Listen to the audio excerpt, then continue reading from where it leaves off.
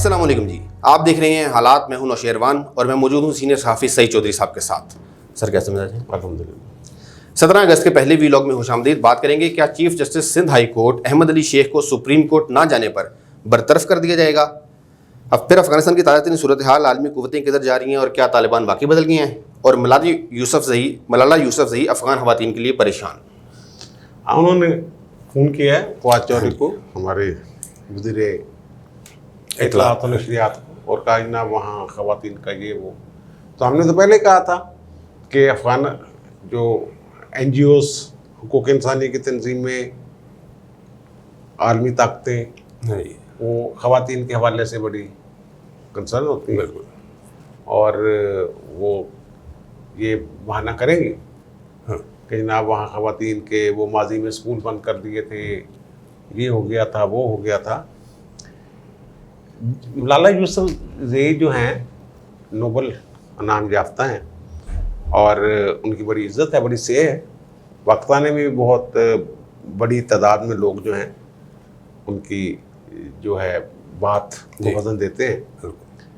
लेकिन जो सरहद से दूसरी पार है अफ़गानिस्तान वाले, वो शायद उनकी नज़र में वो उस तरह पसंदीदा नहीं है जैसे हमारे यहाँ पसंदीदा हैं।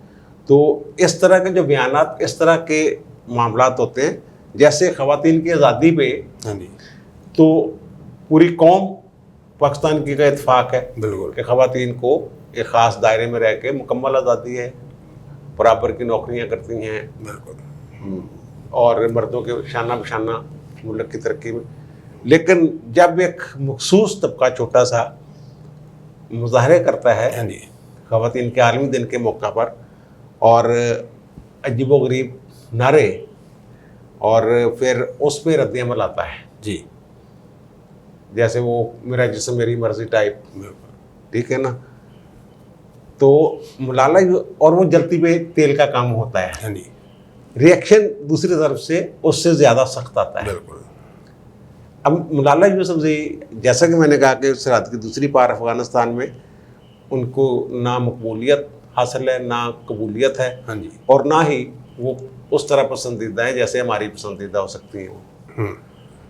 तो ये इस तरह के बयानात का ये रिएक्शन रद्द-ए-अमल के तौर पे कोई बयान आएगा ना, आता है, मैं समझता हूँ कि वो थोड़े से दानिशमंदाना इक़दाम कर रहे हैं।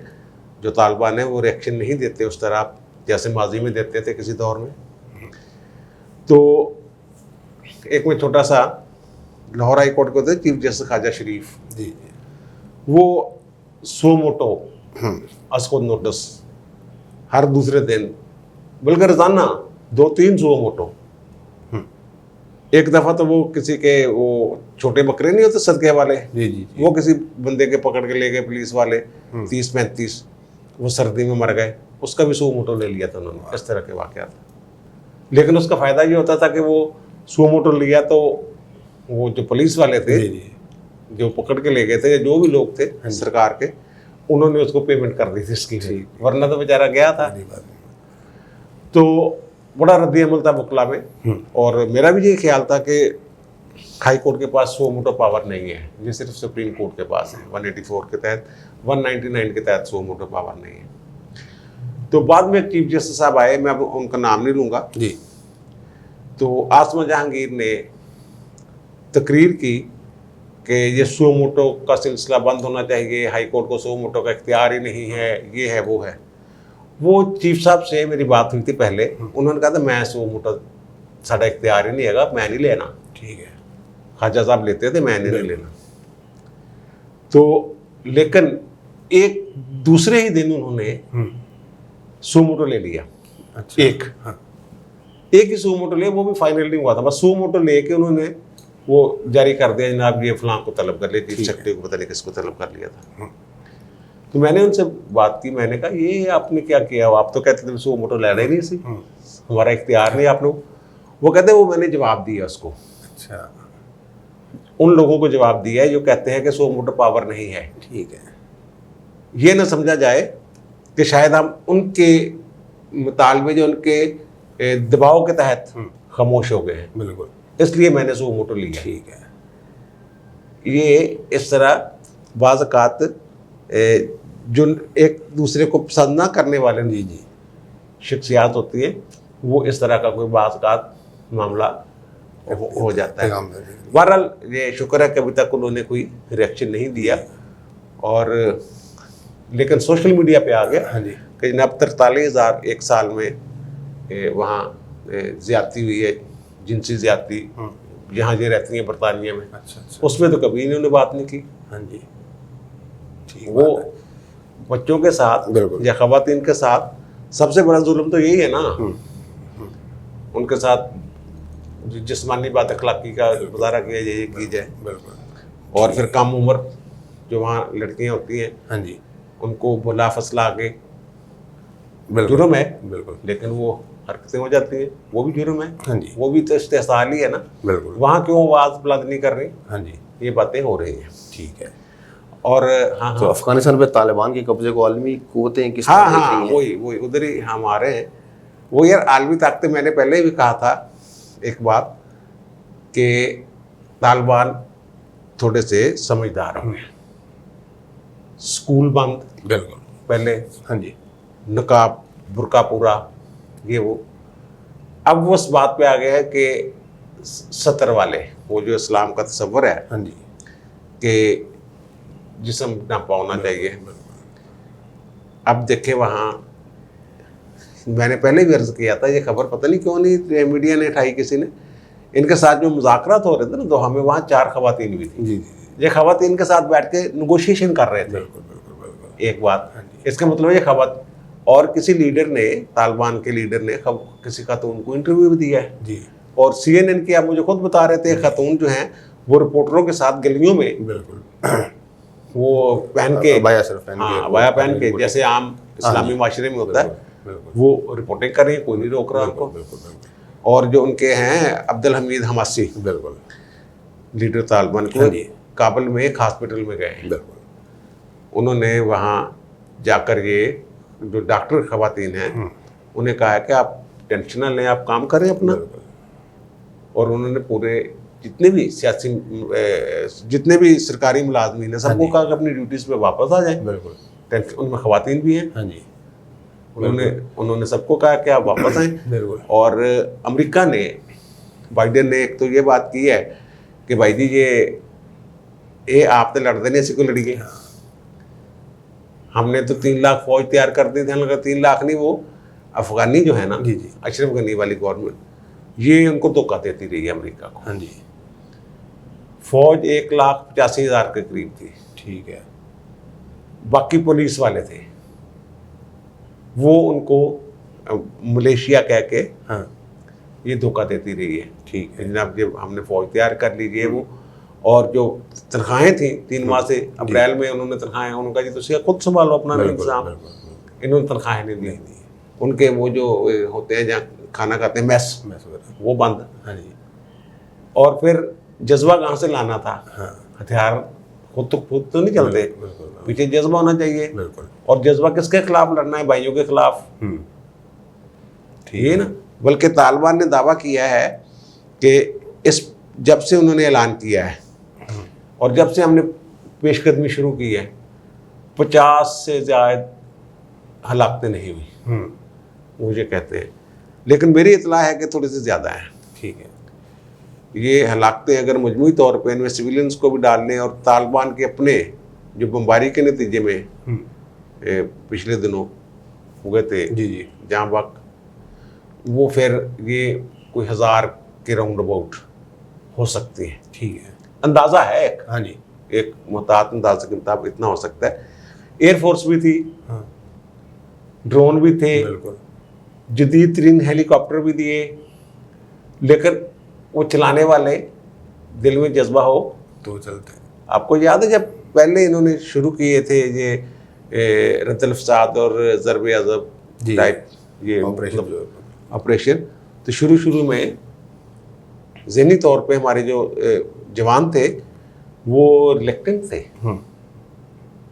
ये डिसिप्लिन की बात है, लेकिन वो कहते थे कि यार हम किन के खिलाफ लड़े, क्या ये वो उलमा से फतवे मांगते थे कि क्या इनके खिलाफ लड़ना जिहाद है, हाँ जी, हमारे अपने लोगों के खिलाफ। अगर इतनी डिसिप्लिन्ड फोर्स जो है जी, उसके जवान या छोटे अफसर ये फतवे लेते फिर रहे थे उस वक्त, फिर वो मुख्तलिफ फतवे आए कि नहीं, जब रियासत जिस तरफ हो वही बागी मुसलमान भी हो तो उसके खिलाफ लड़ना जिहाद, इस तरह के फतवे आए थे। ठीक है, अब मैं मौलवी तो नहीं, एग्जैक्ट मुझे नहीं याद, लेकिन इस ठीक तरह है, कुछ हुआ मामला था। ठीक है, तो और इनमें फिर ब्रेन वॉशिंग का भी सिस्टम एक शुरू हो गया था। बिल्कुल बिल्कुल हुआ था। तो वहाँ वो तो उस तरह डिसिप्लिन फोर्स नहीं है पाकिस्तान हाँ आर्मी जी, की तरह, जो अफगानी बिल्कुल फौज थी, फोर्सेस थी। तो ये हुआ, और बाइडेन ने ये कहा है कि अगर खवातीन के हकूक़ का ख्याल रखा जाए हाँ, तो इनको तस्लीम करने पे गौर किया जाता है। चाइना ने तो कह ही दिया हाँ है, जी। तकरीबन तस्लीम कर लिए। बिल्कुल, और हमने कल बात की थी कि पैगाम भिजवाया उन्होंने, कल या परसों, परसों, हाँ जी, हाँ कल तो किया ही नहीं शायद हमने, हाँ जी। हाँ तो बात की थी कि उन्होंने पाकिस्तान को पैगाम पहुंचाया है तालिबान ने कि ये जो टीटीपी है हाँ जी, और दाश वगैरह पाकिस्तान में, इनके साथ हमारा कोई ताल्लुक नहीं, हम उनको नहीं कोई सपोर्ट नहीं करेंगे, आपने जो करना है उनके साथ करें, और अगर हमारे मुल्क में आएंगे तो हम वहाँ वही करेंगे जो आप कहेंगे। बिल्कुल, इस तरह की बात हमने की थी। शायद ये बात मैंने नहीं की थी, लेकिन मतलब उसका यही था कि हमारी सरजमीन इस्तेमाल नहीं कर सकते वो। बिल्कुल, आज इसकी तस्दीक करती है आपके वज़ीर दाखिला ने, बिल्कुल, हाँ उन्होंने ये फरमाया है कि जनाब हमारे साथ राब्ते में हैं, बिल्कुल, और उन्होंने कहा मैं सारी बातें नहीं बता सकता, सारी बातें नहीं बता सकता, लेकिन ये है कि उन्होंने हाँ ये कहा है कलदम टीटीपी और दाश से मुतल्लिक़ तालिबान से राब्ते में, और उन्होंने कहा है, वाज़े किया कि ना हम कोई मुदाखलत करेंगे जी, ना अफ़गानिस्तान से मुदाखलत होगी। बिल्कुल, इसका मतलब वही है जो वो कह रहे हैं, पूरी बात नहीं कर रहा, हाँ जी, इसका मतलब वही है जो मैंने परसों अर्ज किया था। जी जी, और दूसरा वो कहते हैं कि नूरिस्तान और नगार के इलाके में है, वो महदूद सा इलाका है, वहाँ ये अगर करना चाहें जी, कोई ऑपरेशन टीटीपी और दाश को ख़त्म करने के लिए, जी, तो फिर वो, और अब हमारी हुकूमत जो है ये सोच रही है कि जनाब उनको तस्लीम करने के हवाले से, वो मैंने कहा था आखिरकार इन्होंने हाँ वो जी, मामला ठीक हो जाने, वो अपने बच्चे ही हैं, ठीक है, और उनको जो समझाया है ना, जी जी, वो लोग कह रहे हैं कि इतने एकदम उनको अक्ल कैसे आ गई, तालिबान को, वो उनको किसी ने समझाया, उस वक्त भी उन्होंने समझाया था। 9/11 के बाद जनरल महमूद थे ISI के चीफ, वो मुल्ला उमर से मिलने गए थे अफगानिस्तान में, ओसामा बिन लादेन वो मांग रहे थे ना, जी जी, तो ये कह रहे थे, और उस वक्त रिपोर्ट्स आई थी, कहीं कुछ छपी थी, कुछ सीना गजट थी कि जनरल महमूद बाकायदा आंसुओं के साथ वहाँ रोए थे, पूरी सूरत वाज़े करते हो कि ये हो सकता है, और वो आंसुओं के साथ वहाँ मुल्ला उमर के सामने रोए थे। लेकिन वो कहते नहीं जी हमारा मेहमान है, तो हमारी तो रवायत के खिलाफ है ये कि मेहमान को किसी के हवाले कर दें, या मेहमान को ये कहें कि तू मेरा घर छोड़ के चला जा, ठीक है, देखा जाएगा, अल्लाह मालिक है जो होगा। तो अब बाइडेन कहता कहती अपने बंदे को मरवाइए जो तो ही नहीं मरवा सके। हाँ जी, अशरफ गनी पे बड़ा गुस्सा है लोगों को, सुना है वो कोई गाड़ियाँ चढ़ियाँ डॉलरों की भर के लेके गया है। नहीं ये BBC की रिपोर्ट है, बिल्कुल, और वहाँ के जो स्टेट बैंक कहने उनका जो है मरकजी बैंक, हाँ जी, उनके सदर साहब भी भाग गए हैं, हाँ जी, उन्होंने भी कहीं कहा है कि यार अशरफ गनी ने तो मरवाता सन, बिल्कुल, वो भी कोई ब्रीफ केस लेके गए होंगे ना, हाँ। वो ऐसा थोड़ा ठीक है ना, कुछ ना कुछ जिसके हाथ जो लगा वो लेके निकल गया। बिल्कुल, बिल्कुल, ये बात लंबी होगी, शाम को देखेंगे कोई ठीक नई है, इसमें क्या अपडेट आती है। डेवलपमेंट है। तो chief justice Sindh high court, हाँ असल में तो यही बात है ना, खवातीन वाली बात, उन्होंने 2 वादे कर लिए, ऐलान कर दिए। एक तो उन्होंने अक़वाम मुत्तहिदा के चार्टर वाली बात में बार बार कर रहे हैं, हाँ जी, कि जो भी हुकूक इंसानी के चार्टर हैं वो उनको फॉलो करेंगे। बिल्कुल, खवातीन के हवाले से हमने कहा था कि वो उन्होंने अपना रवैया बदलेंगे। हाँ जी, वो उन्होंने स्कूल भी कहा कि आए, और ये भी कहा कि खवातीन और मर्द दोनों का बराबर हक है एजुकेशन पे, बिल्कुल, ये भी उन्होंने बयान दे दिए। और हॉस्पिटल में डॉक्टर्स जो खवातीन हैं उनको भी उन्होंने कहा है, हाँ जी, लेडी डॉक्टर्स को कि जनाब आप काम करें। बिल्कुल, इसका मतलब ये तालिबान वो वाले तालिबान से थोड़े से मुख्तलिफ हैं, बदले हुए, मुख्तलिफ हैं। और दूसरा वो अहमद अली शेख साहब वाली बात जी, जी, जी। जो थी, अहमद अली शेख साहब ने आज हल्फ उठाना था, तो वो उन्होंने कहा जी मैंने नहीं जाना, अडाक जज के तौर पे तकर्रर हुआ था उनका। अब बहुत सारे मेरी बात हुई है कहीं ऊपर, जी जी, कुछ लोगों का ख्याल है कि आइन के आर्टिकल 206 के तहत उन्हें नौकरी से फारग कर दिया जाए। आर्टिकल 206 का सब आर्टिकल 2 ये कहता है कि अगर कोई सुप्रीम कोर्ट जाने से हाई कोर्ट का जज इनकार कर दे तो वो रिटायर्ड तसव्वुर होगा। ठीक है, रिटायर्ड तसव्वुर किया जाएगा, और लेकिन वो है मुस्तकिल जज के लिए। ठीक है, ये मुस्तकिल जज नहीं है, ये अडहाक है। और अडहाक में भी जो अक्सरियत थी जी जुडिशल कमीशन की, उसकी राय थी कि अगर वो कंसेंट देते हैं, रजामंदी देते हैं, फिर आप बुला लें। जी, अब उन्होंने उनको दावत दी है जी, चीफ जस्टिस ने नोटिफिकेशन के बाद, वो नहीं आए। बिल्कुल, आईनी तौर पे वो अगर इनकार कर देते हैं तो उनको ज़बरदस्ती नहीं बुलाया जा सकता, और ना ही उन्हें 206 के तहत फारग किया जा सकता है। ठीक है, और अटॉर्नी जनरल ऑफिस ने, अटॉर्नी जनरल ने यही मशवरा दिया है कि अब आप कुछ नहीं कर सकते, आप खामोश रहें। ठीक है, अगर ले जाना है या लाना है, कोई और तरीका इस्तेमाल किया जा सकता है। आप 206 के तहत उन्हें फारग नहीं कर सकते। ये फिर जो अहमद अली शेख साहब के चाहने वाले हैं उनके लिए तो ये एक तरह से खुशी की खबर है कि उनको सरदस्त कोई और किसी तरफ से कुंडी शुंडी डाल के, कोई कड़का लगा के, कोई और जाल फेंक के हरकत करें तो करें, लेकिन सरदस्त इसमें जो उनके अपने ऑफिस की रिपोर्ट है, अटॉर्नी जनरल ऑफिस की, हाँ जी, वो कहते हैं कि नहीं हो सकता। ठीक है, वो बरकरार रहेंगे अपने ओहदे पे। ठीक है, और कायम काम अगर वो ऊपर जाते आज, तो पीछे कायम काम भी तो होना था ना, बिल्कुल, उसका नोटिफिकेशन ही नहीं हुआ। हाँ, कम से कम मुश्किल अगर चीफ जस्टिस लगाना तो उसके लिए जुडिशल कमीशन का इजलास होना था, लेकिन कायम काम तो सदर ने कर देना था। हाँ जी, ठीक है ना, ठीक है, वफाकी गवर्नमेंट ने कर देना था, लेकिन वो नहीं किया। वो इसीलिए इन्होंने सिर्फ चेक किया, आ गया तो ठीक है, ना आया तो फिर खामोशी इख्तियार। और वैसे भी आपके जो चीफ जस्टिस पाकिस्तान है वो बाहर जा रहे हैं, और नोटिफिकेशन हो गया है उनका उमर रज़ा बंदयाल साहब जो सीनियर मोस्ट हैं जी, कि वो चीफ जस्टिस, ठीक है ना, वो बशीर आलम तो आज रिटायर हो गए ना, हाँ जी, वो तो हो गया, बिल्कुल, ठीक है ना, वो नहीं आए। अहमद अली शेख वो बरकरार रहेंगे सरदस्त, तो उनको चीफ जस्टिस के उहदे से कैसे हटाना है, क्या करते हैं, इस खाली सीट पे लाते हैं, क्या करते हैं, ये उनको वफाकी शरीय अदालत में नहीं भेजा जा सकता। हाँ, वो जो आइन का आर्टिकल है ना 203 सी, वो भी यही है कि उसकी रजामंदी ज़रूरी है। ये अल जहाद ट्रस्ट केस में बड़ा एक लंबा तफसीली इसमें जजमेंट है।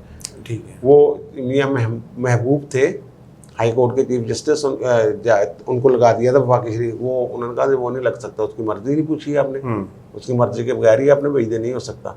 ठीक है, एक तरीका हो सकता था, वो पता नहीं क्यों नहीं इस्तेमाल कर रहे। वो आइन का आर्टिकल है 181, जैसे ये अडहाक जज है ना, ऐसे एक्टिंग जज भी लग सकता है अच्छा, सुप्रीम कोर्ट में। हाँ, लेकिन वो लगता है जब सीट खाली हो। जी, ये है जो अडहाक है, ये कि सीटें पूरी 17 की 17 फिल हो गई हैं, हाँ जी, और 18वें 19वें के लिए अडहाक जज जाएंगे। ठीक है, इनके 1 साल के लिए तो कर हुआ था। एक्टिंग जो है वो है सीट खाली हो तो एक कायम काम जज मुकर्रर किया जा सकता है उस पे। अच्छा, उसमें आईनी कबाते हैं। हाँ, सवाल ये उठते हैं कि जनाब जब सीट खाली है तो परमानेंट ही कर लें, हाँ जी, आर्जी क्यों कर रहे हैं, बिल्कुल, कायम काम क्यों कर रहे हैं। लेकिन आइन में मौजूद है 181 आर्टिकल, और उसमें जो आर्जी तौर पे जज लेके जाना होता है कायम काम, उसको भी जुडिशल कमीशन से उसी तरह मंजूरी लेनी पड़ती है, वही तरीकाकार जो मुस्तकिल जज का के लिए, तो उसके तहत उनको आर्जी एक्टिंग ले जाएं। हाँ जी, हो सकता है कहीं और हो रहा हो, ठीक है, हो सकता है, लेकिन वो कबातें बहुत है उसमें, सवालात बहुत हैं। फिर अगर वो इनकार करते हैं आने से, हाँ, फिर फारग हो सकते हैं। एक्टिंग के लिए कंसेंट जरूरी नहीं, एक्टिंग के लिए नहीं जरूरी। एक्टिंग के लिए वो नहीं लिखा हुआ, उसमें वो ठीक है। प्रोविजन मौजूद नहीं। अगर सारे आर्टिकल्स को मिला के पढ़े हाँ जी, फिर शायद निकल आए कहीं से। ठीक है। लेकिन ये है कि वो उसमें ये जो है ना 181 कायम काम जज वाली, वो उसका ए है सब आर्टिकल के ओहदा खाली हो सुप्रीम कोर्ट का, या कोई जज काम करने से कासर हो, गैर हाजिर वगैरह हाँ हो, जी, हाँ जी, तो फिर 177 वन के तहत जैसे मुस्तकिल जज का तकर्र होता है, तो उसी तरह आर्जी तौर पे जज का तकर्र हो सकता है। ठीक है। तो ये अब इस तरफ ना चल पड़े कहीं, ये भी 2 नंबरी ही होगी, हाँ जी, तो मुश्किल क्यों नहीं, जब वो ठीक है। सीट खाली है तो बिल्कुल। मुश्किल होना चाहिए उनको। बिल्कुल बिल्कुल। चलिए, इस पे अगले हिस्से में दोबारा बात करते हैं। अब तक के लिए इतना ही। आपने सुन ली तमाम मामला पे। चौधरी साहब की राय, आपकी क्या राय है, कमेंट्स में जरूर बताइएगा। आपसे मुलाकात होती है अगली वीडियो में। तब तक के लिए अल्लाह हाफ़िज़।